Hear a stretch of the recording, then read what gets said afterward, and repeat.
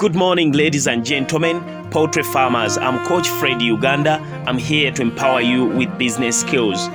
Today, we're going to speak about the common poultry diseases and their preventions. First of all, let us learn about what a disease is. A disease is any condition that results in the deviation from the normal function of the bird.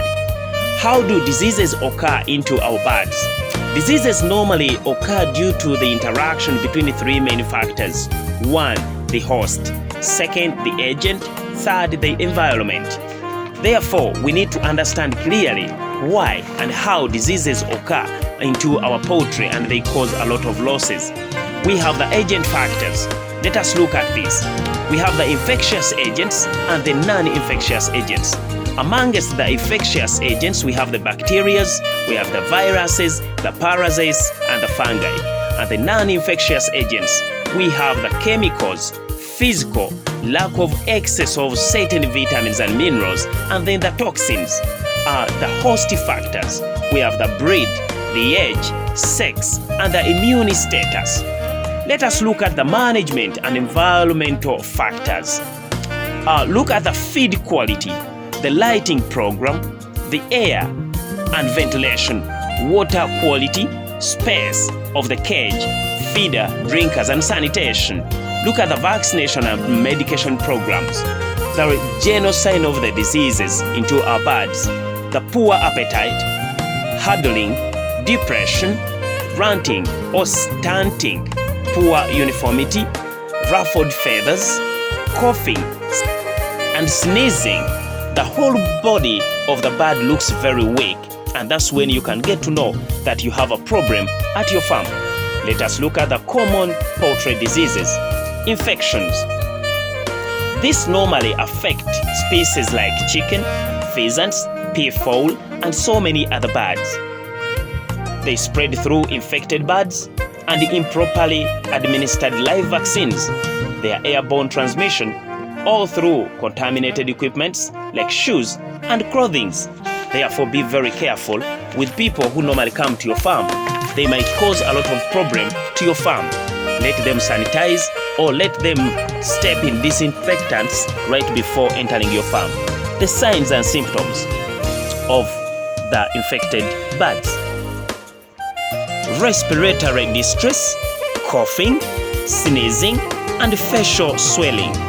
Prevention and control. Vaccination. Do not vaccinate if the disease is not present or has not been observed in your farm.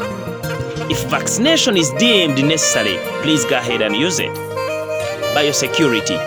Do not allow visitors to your farm or visit other farms. Do not share equipments and vehicles. Clean and disinfect the poultry house very, very well to avoid this problem. Chronic respiratory diseases. These commonly affect the chicken and the turkey. Their causes: transmitted through the egg, airborne droplets, or from bird to bird. Let us look at the coccidiosis effect on the poultry farm. First of all, coccidiosis can affect both chickens and turkey, plus any other bird. This is caused by 9 species in chickens, 7 species in turkeys, and it is transmitted through infected droppings. Therefore, you need to be very careful. Coccidiosis can be very dangerous to your farm. The following are the clinical signs of coccidiosis: high mortality, bloody feces, pale combs, ruffled feathers, lack of appetite, and so many other effects. So, coccidiosis can be very dangerous. Make sure you prevent this. The signs of coccidiosis: the loss of weight, shivered combs, drop in egg production, and pale shanks. The prevention of coccidiosis could be good management, provide medicated feeds, and treat infected flock promptly. That's when you can prevent this. The external parasites.